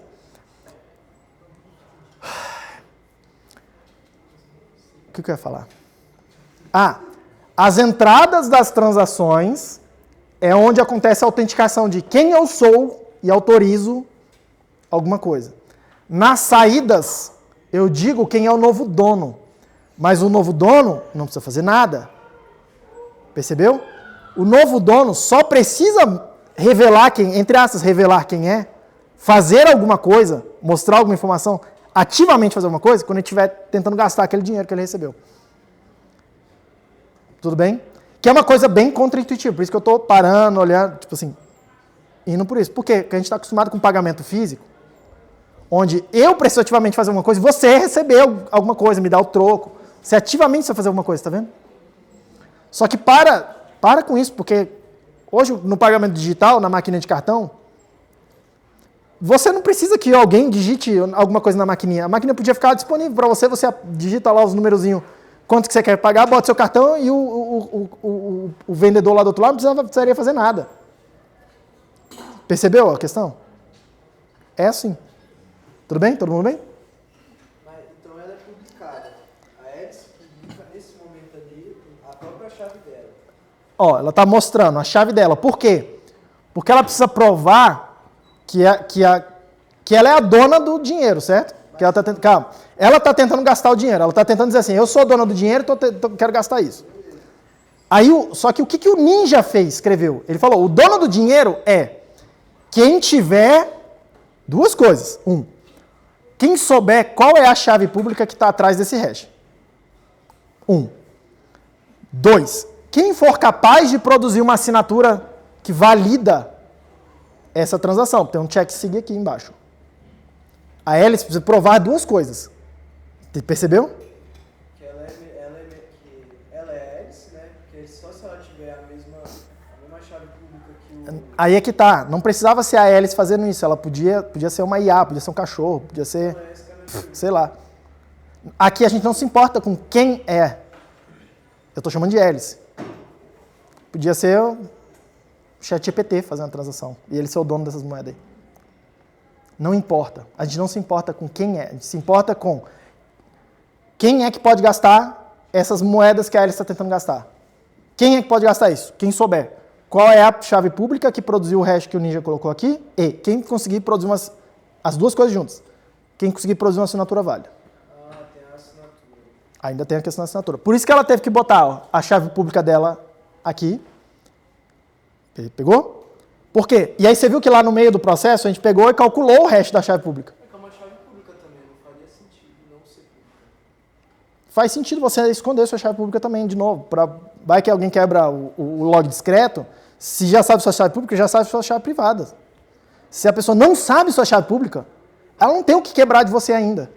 Ela não sabe qual é a sua chave para quebrar. Entendeu? O que aqui a gente está fazendo é atrasando o máximo possível revelar a informação, essa informação. Só que esse aqui é uma transação muito específica, tá? Tem outros scripts. Ela publicou agora que ela está tentando gastar, mas na hora que ela gasta, já gastou, não tem como gastar de novo, entendeu? Isso aí é após ela ter gasto. Não é após, ela está tentando gastar isso aqui, e esses dados aqui estão na entrada de uma transação. Se está na entrada de transação é que ela está gastando, lembra disso? Entrada de transação é o dinheiro que ela está gastando. Saída é o dinheiro que ela está produzindo. E ela está dando para alguém. Inclusive para ela mesma. Isso é a entrada dela. Isso aqui de cima é a entrada da transação que ela está fazendo. O que está embaixo está na saída da transação anterior que o Ninja produziu, que pagou ela. Todo mundo viu aqui? Todo mundo bem? Pergunta. E se a transação for inválida? Fica marcado? Não, se a transação... Não. Excelente pergunta. Se a transação for inválida, o que acontece, professor? Lembra, de novo, nesse cenário que a gente está analisando, só tem a Alice e o Bob. A Alice criou os dados e mandou mensagem para o Bob. O Bob está rodando isso aqui, validando. O Bob está executando isso aqui. Se o Bob executa isso aqui e ele conclui que aquilo é inválido, o que ele vai fazer? Ele vai falar, essa transação eu vou rejeitar. E aí ele não faz a contraparte do pagamento da cenoura, tipo, reentregar a cenoura. Entendeu? Ele fala para eles. Ele não precisa nem falar nada, ele pode só ignorar e falar assim, cara, isso aqui é inválido, eu não vou fazer nada a respeito. Vou ficar aqui parado como eu estava antes. Ele não precisa nem falar nada. É só ele não fazer nada. Se ele quiser pegar esses dois valores, as chaves da Alice, ele pode. Qual chave? A assinatura e a chave pública também. Sim, mas vamos por partes. A chave pública, ele poderia, vamos supor que ele pudesse ir lá e guardar um banco de dados, num banco de dados essa chave que ele viu aqui agora. Tá? Isso não é um problema. É pública mesmo, não tem problema ficar por aí. A assinatura, a gente vai ver, ela está intrinsecamente ligada à mensagem. Quer dizer que ela não pode ser utilizada em outra mensagem. Todo mundo bem? No caso, a validação ocorre só quando ele vai fazer uma outra entrada. Como assim? Todas as transações elas vão ser validadas, isso aqui é parte do processo de validação. Todas as transações têm entradas, então todas as transações precisam ser validadas. Cada entrada vai passar por um processo desse. Aí a saída de Eris, quem recebeu foi o Bob. Naquele nosso exame que a gente está construindo, calma, tem duas saídas, uma ela está pagando para ela mesma, é o troco, e outra ela está pagando para o Bob. Aí você falou que ele valida, se der errado, ele não aceita. Ele não aceita. A validação ocorre Quando? Assim que alguém vê uma transação, aquele alguém valida. Aqui só tem Alice e Bob. Se o Bob vê uma transação, ele valida. Na hora que a gente tiver em rede, a ideia é que toda vez que você receber uma transação de qualquer pessoa, você viu uma transação, você valida. E aí você decide. Aquilo é inválido, eu jogo fora. Esquece aquilo. Se aquilo for válido, você vai decidir o que fazer com aquilo. Entendeu? Porque você vai fazer coisas com aquilo. Você vai reagir àquilo. Se aquilo tem a ver com você, você vai mexer num banco de dados seu, tem a ver com sua carteira e tal. Se aquilo não tem a ver com você, você pode, por exemplo, retransmitir para os seus colegas. Para os nós que estão ligados com você, e falar assim, eu vi essa transação, você viu também? Entendeu? Porque a gente está tentando espalhar isso, a gente já vai ver por quê. Isso. Posso ir para frente depois você me pergunta no final? Vai. Blockchain, eu acho que essa questão que você falou da chave pública, eu poderia estar interessado em que ninguém veja essa minha chave pública. Isso tem a ver com blockchain ou não? Não tem nada. Você viu blockchain aqui ainda? Ninguém viu blockchain ainda, né? Então não tem blockchain ainda. Já vai aparecer blockchain. Blockchain é a coisa menos interessante que tem aqui. Vou repetir para vocês. Blockchain é a coisa menos interessante que tem aqui. Não estou dizendo que é desimportante e desnecessária. Pelo contrário, parte essencial. Mas não é a parte mais interessante da coisa. Vocês vão ver que é assim... é quase trivial, assim. Tá? Todo mundo bem aí, gente? Todo mundo bem até aqui? Eu esqueci o que eu ia falar. Eu ia falar alguma coisa importante e esqueci. O que eu ia falar, Luiz? Que tem a ver... Ixi, sumiu ali. O que eu ia falar, gente? Esqueci. Voltou? Parou a gravação? Acho que não. Acho que continuou. O que eu ia falar, gente? Esqueci. Eu vou seguir aqui o baile aqui. Daqui a pouco eu vou lembrar. Tá?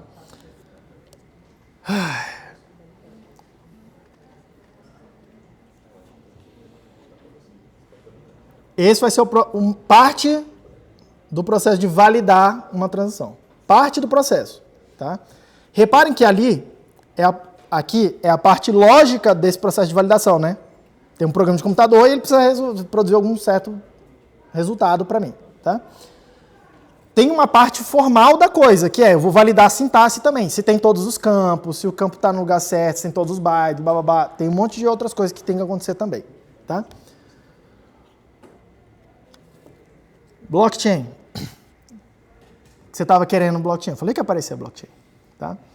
Vamos lá por partes. Tá? Tem um cenário, vamos começar a complicar um pouco o cenário. Tá? Só tinha a hélice e o Bob. Agora a hélice, ela está tentando, ela recebeu o mesmo 0,1 Bitcoin do Ninja, só que a hélice é meio sacana, assim. Isso é como se ela tivesse recebido uma nota de R$10, e aí ela vai ali na Vozica gastar os R$10 para comprar um salgado, e aí depois ela quer pegar a mesma nota de R$10 que ela usou para comprar o salgado e vai ali no ICC para comprar um refrigerante. É isso que ela quer tentar fazer. No dinheiro físico é meio óbvio que isso não dá para fazer, né? Você entregou a nota na primeira troca e não tem mais a nota para fazer a segunda. Tá? Quando a gente tem cartão de débito, crédito, qualquer coisa dessas, repare que não tem nota, olha só que coisa meio mágica, tá? Você, entre aspas, entrega o seu cartão para o comerciante e o comerciante devolve o seu cartão como ele estava antes. Você não entrega nada, né, na verdade. Você percebe? Fisicamente, você continua com a mesma coisa que você tinha antes. Por que você não consegue gastar os mesmos R$10? Imagina que eu só tenho R$10 na minha conta, vou lá e compro R$10 num lugar, por que eu não consigo gastar R$10 de novo em outro lugar? Porque o banco recebeu a primeira mensagem, ele foi lá, validou também, não é assim a validação, é bem mais simples. A validação no banco olha o saldo naquela conta. Tem assinatura digital, tem um monte de coisa, mas olha o saldo naquela conta. R$10. Está tentando gastar R$10. Pode? Pode. Tem as assinaturas, a coisa toda, a autorização correta, que é a sua senha. Sim, tem. Aí o que ele faz? Ele vai lá, bota 10 menos 10, 0 é o novo saldo, guarda isso no banco de dados. Aí, num segundo momento, você vai lá na outra loja, bota na maquininha tentando passar R$10, bota 100 em tudo. Aí o que acontece? O banco recebe isso, faz a validação. Está tentando gastar R$10. Qual que é o saldo? 0 é menor que 10. Então, vou rejeitar essa transação é inválida. Aí ele manda uma mensaginha para a maquininha falando. Aí desenha um xizinho, fica vermelhinho. Negado. Tudo bem? Aqui não tem o banco para validar. De novo, o que tinha acontecido antes? A hélice entregou uma mensagem para o Bob validou. A hélice, aqui nesse caso, se ela chegar e fizer a mensagem para o Bob vai validar e eventualmente falar, ok, tudo bem, tá aqui a cenoura. A hélice pode chegar lá e criar outra mensagem, entregar para o Charlie, para ele, sei lá, vender tijolo para ela. Tudo bem? Num segundo momento. Do jeito que está aqui, que a gente viu ali, se só fosse isso que fosse feito, o Charlie ia ver o script que o Ninja colocou, o script que a hélice construiu, ia executar essa coisa e ia validar. Vocês concordam comigo? Vai validar do mesmo jeito. Por quê? Porque o Charlie, em princípio, não está vendo a outra transação da hélice. A hélice não é obrigada a mostrar tudo para ele, só é obrigada para mostrar para ele o que ele precisa ver. Isso aqui é o problema que a gente vai chamar de gasto duplo, que é o problema de transações digitais. Tudo bem? Quando eu tenho banco, o banco vê todas as transações. O banco vê todas as transações. E aí ele sabe, o banco calcula que a transação aqui de baixo, que ela está tentando gastar para o Charlie, é inválida, porque ela não tem saldo. O banco rejeita. Qual é o problema? Como é que a gente vai fazer isso quando não tem um banco? A solução do Satoshi foi, e provavelmente a única solução, a solução do Satoshi foi, todo mundo tem que ver todas as transações. Todo mundo tem que ter a mesma informação que o banco teria, que é ver todas as transações. Tudo bem? Por isso que a gente vai precisar de uma rede P2P. Para quê? Para, na hora que eu mandar uma transação, eu não mando só para o Luca, por exemplo. Eu mando para o Luca, eu mando para o Emanuel, eu mando para o colega ali, eu mando para tento. A ideia é que a gente mande para todo o máximo de gente possível. A ideia é que todo mundo veja todas as transações. Tudo bem? Só que aqui, isso vai ser a questão da rede P2P. Por isso que a gente vai ter uma rede P2P para todo mundo conseguir ver tudo. Só que isso ainda não resolve o problema de... Tá bom, ó, a hélice, se ela tentar primeiro pagar o Bob pelas cenouras e depois tentar pagar o Charlie pelo tijolo, a transação do Charlie é inválida. Mas a primeira é válida, certo? Só que pode ser que ela tente fazer o contrário. Ela pode tentar pagar primeiro o Charlie pelo tijolo, isso é válido, e depois ela tentar pagar o Bob pela cenoura. E isso é inválido. Vocês concordam comigo que a ordem com que as transações que a hélice vai construir importam? A ordem importa. Afinal, a frase lá do começo, a gente está tentando gerenciar o estado de propriedade dos tokens. Não foi isso que eu falei lá no começo? O estado. Volta na aula lá de sistemas digitais. A máquina de estados, coisas que têm estado, a ordem importa. Tudo bem? Então a gente precisa de uma forma de ordenar as transações, de conseguir que todo mundo aqui ó, no sistema concorde. Qual transação veio primeiro? Aí pense, porque esse problema é mais complexo do que parece. Aqui tem 4 pessoas. Pense num sistema hoje que tem milhares de computadores conectados. E aí, eu estou tentando fazer um pagamento aqui para o Emanuel agora, e na Conchinchina, em outro lado da rede, distante, logicamente, de mim, tem outro pagamento, imagina que eu estou tentando acontecer outro pagamento lá, e eu demoro para ver aquele pagamento, eu vejo o meu aqui do Emanuel primeiro, antes de outro. Só que quem está lá do outro lado da rede está vendo aquele outro pagamento antes do meu, porque demora um tempo até para eu pagar isso para lá. Tem a latência. Cada um vê as coisas numa ordem diferente, numa rede complexa. Como que a gente vai ordenar isso? A gente precisa de um mecanismo para... Olha só, isso é um problema bem complexo, tá? Um problema difícil. Tanto é que demorou séculos, milênios para a gente resolver. Diante desse cenário, qual o mecanismo que a gente poderia usar para todo mundo que está na rede, independente do atraso e a coisa toda, consiga ver ou chegar num consenso sobre a ordem com que as transações aconteceram. Não é a ordem cronológica no relógio, é a ordem lógica no sistema. A gente precisa concordar. Essa veio primeiro e aquela veio depois.